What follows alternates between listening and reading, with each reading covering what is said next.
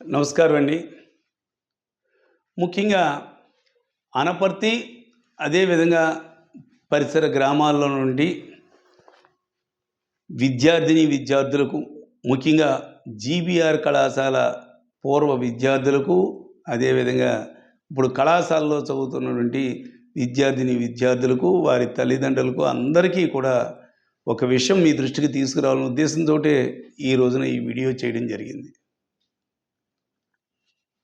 నేను గతంలోనే చెప్పాను, అక్కడ కాలేజీ చేర్చున్నటువంటి R&B స్థలంలో నక్షత్రవనం వేసి అందులో స్వయంగా ఎమ్మెల్యే రామకృష్ణారెడ్డి దంపతులు పాల్గొని అక్కడ పూజా కార్యక్రమాలు కూడా చేయడం జరిగింది. ఏదో హస్త నక్షత్రం అయితే దానికి సంబంధించిన కుంకుడు చెట్టును కూడా వాళ్ళు వేయడం జరిగింది.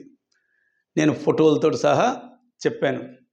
రామకృష్ణారెడ్డి ఆ రోజున అది R&B స్థలం అని నీకు తెలియదా?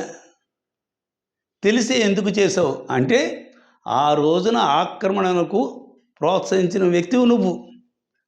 అంతేకాకుండా తర్వాత మాట్లాడుతూ నేను కానీ రాకపోతే నన్ను అపార్థం చేసుకుంటారని నేను వెళ్ళాను అని ఏదో డొంక తిరుగుడు సమాధానం చెప్పావు. అంటే ఏదైనా ఒకవేళ నీ దృష్టిలో అది చెడ్డ పని అని నీకు తెలిసిందే అనుకో, పిలిస్తే మాత్రం వెళ్తావా? వెళ్ళవు. కానీ వెళ్ళావు. ఎందుకు వెళ్ళావు? అప్పుడు నీకు ఇష్టమై వెళ్ళావు, ఆక్రమణకు సపోర్ట్ చేస్తూ వెళ్ళావు.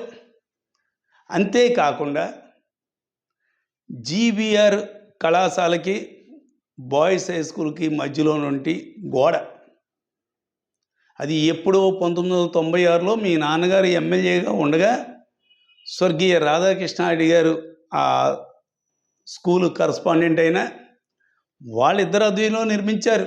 కొత్తగా ఎవరో కూడా నువ్వు నేను ఎవరో నిర్మించలేదు. అప్పుడు వాస్తుకి సరిచేసి వాళ్ళు నిర్మించారు.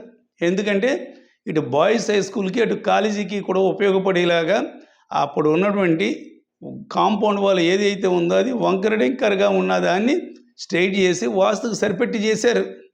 అది చేసింది స్వయంగా మీ నాన్నగారు ఎమ్మెల్యేగా ఉండగాను. దానిపైన లేనిపోయిన ఆరోపణలు చేస్తూ అక్కడ 2-3 సెంట్లు అటు ఉండొచ్చు ఇటు ఉండొచ్చు, ఎందుకంటే వాస్తుకు సరిపెట్టారు. ఇప్పుడు దాన్ని కూడా నువ్వు కూల్చేయడం జరిగింది. కాలేజీ దగ్గర ఏ రకంగా కూల్చేసావో చూశారు. ఒక కాలేజీ అంటే జీబీఆర్ కళాశాల అంటే ఈ చుట్టుపక్కల జిల్లాలోనే పేరు ప్రఖ్యాతులు ఉన్న కళాశాల. ఎంతో నీట్నెస్కి మరి రామచంద్రపురం విఎస్ఎం కళాశాల ఎటువంటిదో అదేవిధంగా అనపర్తి జీబీఆర్ కళాశాల కూడా అటువంటిదని ప్రజలందరూ కూడా చెప్పుకునేవారు. ఈ రోజున ఒక శ్మశానాన్ని తలపించే విధంగా చేసావు నీ రాక్షసానందంతో. అంటే ఎక్కడైనా భూకంపాలు వస్తే చూడండి బిల్డింగులు పడిపోతుంటాయి, ఆ రకంగా తయారు చేసావు. సరే, అది నీ ఆనందం, నీ వికృత చేష్టలు, అది నువ్వు అధికారంలో ఉన్నావు, నీ ఇష్టం, నువ్వు చేసుకోవచ్చు. కానీ ఇక్కడ ఒక విషయం మాత్రం చెప్పాలి. నువ్వు చాలా రోజుల నుంచి ఆక్రమణలు తీసేస్తాం అని చెప్తూ ఉంటే మాకు అర్థమయ్యేది కాదు నువ్వు బ్లాక్మెయిల్ చేస్తున్నావని. ఎందుకంటే గతంలో చూసాం, బలవృతపురం గ్రామంలో గ్రాసిమ్ ఇండస్ట్రీస్ వల్ల అక్కడ క్యాన్సర్ ఎక్కువ వచ్చేస్తుందని నువ్వు అసెంబ్లీలో మాట్లాడేసావు, చాలా అడవడి చేసావు. చివరికి అక్కడ ఏమీ లేదని తేలింది. అంటే తర్వాత వాళ్ళతో నువ్వు కుమ్మక్కైపోయావు. నీకు రావాల్సిన ముడుపులు వచ్చేసిన తర్వాత సైలెంట్ అయిపోయావు. ప్రతి నెల కూడా క్యాంప్ పెట్టించేస్తాను, అదేవిధంగా బసరాం తారకం అక్కడి నుంచి క్యాన్సర్ స్పెషలిస్టులు వస్తారు, ప్రతి నెల కూడా సర్వే చేయించేస్తానను. ఒక్క నెల చేయించావు, మళ్ళీ అయిపో అజన లేదు, మళ్ళీ పట్టించుకోలేదు. కారణం గ్రాసిమ్ దగ్గర నుంచి నీకు రావాల్సిన బ్లాక్మెయిల్ చేసావు, రావాల్సిన ముడుపులు వచ్చేసినాయి కాబట్టి సైలెంట్ అయ్యావు. అదేవిధంగా జీబీఆర్ కళాశాల కూడా ఏదైనా ముడుపులు ఇస్తారేమో అని నువ్వు ఆశించి ఉండొచ్చు. పాపం ముడుపులు రాలేదు. అందు గురించి నీ వికృత చేష్టలన్నీ కూడా చేశావు. ఒకటి మాత్రం చెప్తా ఉన్నా రామకృష్ణారెడ్డి, ఆ కాలేజీ కరస్పాండెంట్ కొండబాబు గారి మీద నీకేమన్నా ద్వేషం పగ ఉంటే, ఆయన సొంత ఆస్తి ఏదన్నా ఉంటే అక్కడ దాని మీదకి వెళ్ళు. అది ప్రజల ఆస్తి. నియోజకవర్గే కాదు, పక్క నియోజకవర్గాల నుంచి ప్రజలందరూ ఎంతోమంది రైతుల దగ్గర నుంచి, సామాన్యుడి దగ్గర నుంచి అందరూ కూడా దానికి సహకరించిన వాళ్ళే. అటువంటి దానికి ఒక కళాశాలకి ఏదైనా సహాయం చేస్తే కట్టడానికి ఏదైనా గ్రాంట్ తీసుకొచ్చి ఒక బిల్డింగ్ కట్టించాలి.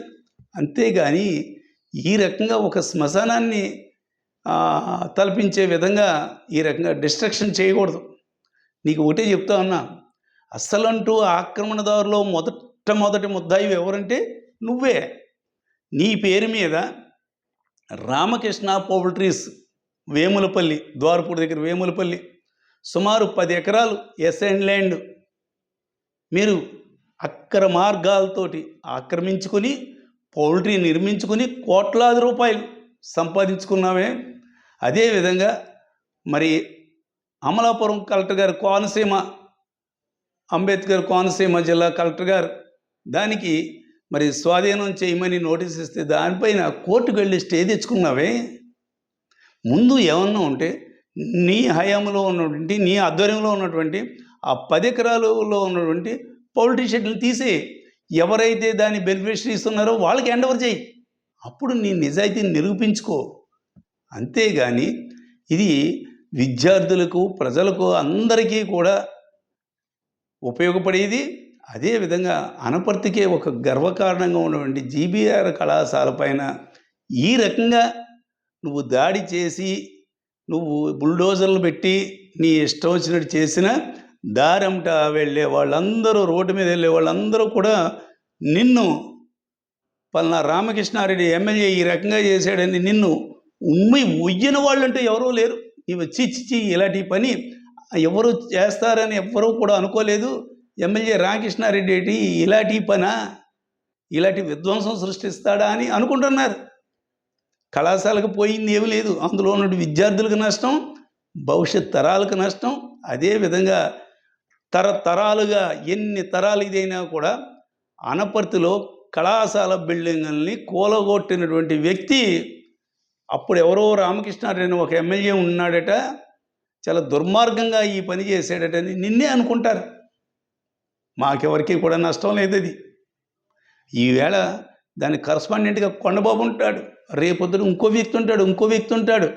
నువ్వు నేను ఇప్పుడు ఉండొచ్చు, రేపు పోవచ్చు, కానీ ఈ చెడ్డ మాత్రం పోదు. అదేవిధంగా తరతరాలుగా కళాశాల కూడా అలాగే ఉంటుంది. కళాశాల పోదు, కానీ నువ్వు చేసినటువంటి ఈ దౌర్జన్యం మాత్రం, ఈ డిస్ట్రక్షన్ మాత్రం ఎప్పటికీ కూడా గుర్తుండిపోతుంది. ఒక రకంగా నువ్వు అటువంటి డిస్ట్రక్షన్ కార్యక్రమాలు చేస్తూ ఉంటే ప్రజలు ఇంకా ఇప్పటికే చేతకరిస్తున్నారు. ఇంకా కూడా భవిష్యత్తులో కూడా ఎప్పటికీ కూడా గుర్తుండిపోయేలాగా, అంటే ఏ రకంగానూ రాముడు ఉంటారు. రాముడిని గురించి కాదు, రావణ్ణి కూడా గుర్తుపెట్టుకుంటారు. నిన్ను కూడా ఒక రాక్షసుడు రావణాసురుడు ఈ రకంగా చేశాడని నీ పేరు చిరస్థాయిగా మాత్రం ఆ రకంగా గుర్తించుకుంటావు. ఏది ఏమైనా అనపర్తి ప్రజలారా, దయచేసి ఎవరైనా సరే ఆ రోడ్లో వెళ్ళని వాళ్ళు కూడా దయచేసి ఒక్కసారి ఆ కళాశాల ఒక శ్మశానాన్ని తలపించే విధంగా, అదేవిధంగా ఒక మరి ఎర్త్క్వేక్ అంటే భూకంపాలు వచ్చినప్పుడు బిల్డింగ్లు ఏ రకంగా ఇదైతే ఉంటాయో ఆ రకంగా ఉంది. దయచేసి చూడని వాళ్ళు కూడా ఒక్కసారి చూడండి అని మాత్రం అనపర్తే కాదు, చుట్టుపక్కల ఉంటే ప్రజలందరికీ కూడా మనస్ఫూర్తిగా విజ్ఞప్తి చేస్తున్నానండి. నమస్కారం అండి.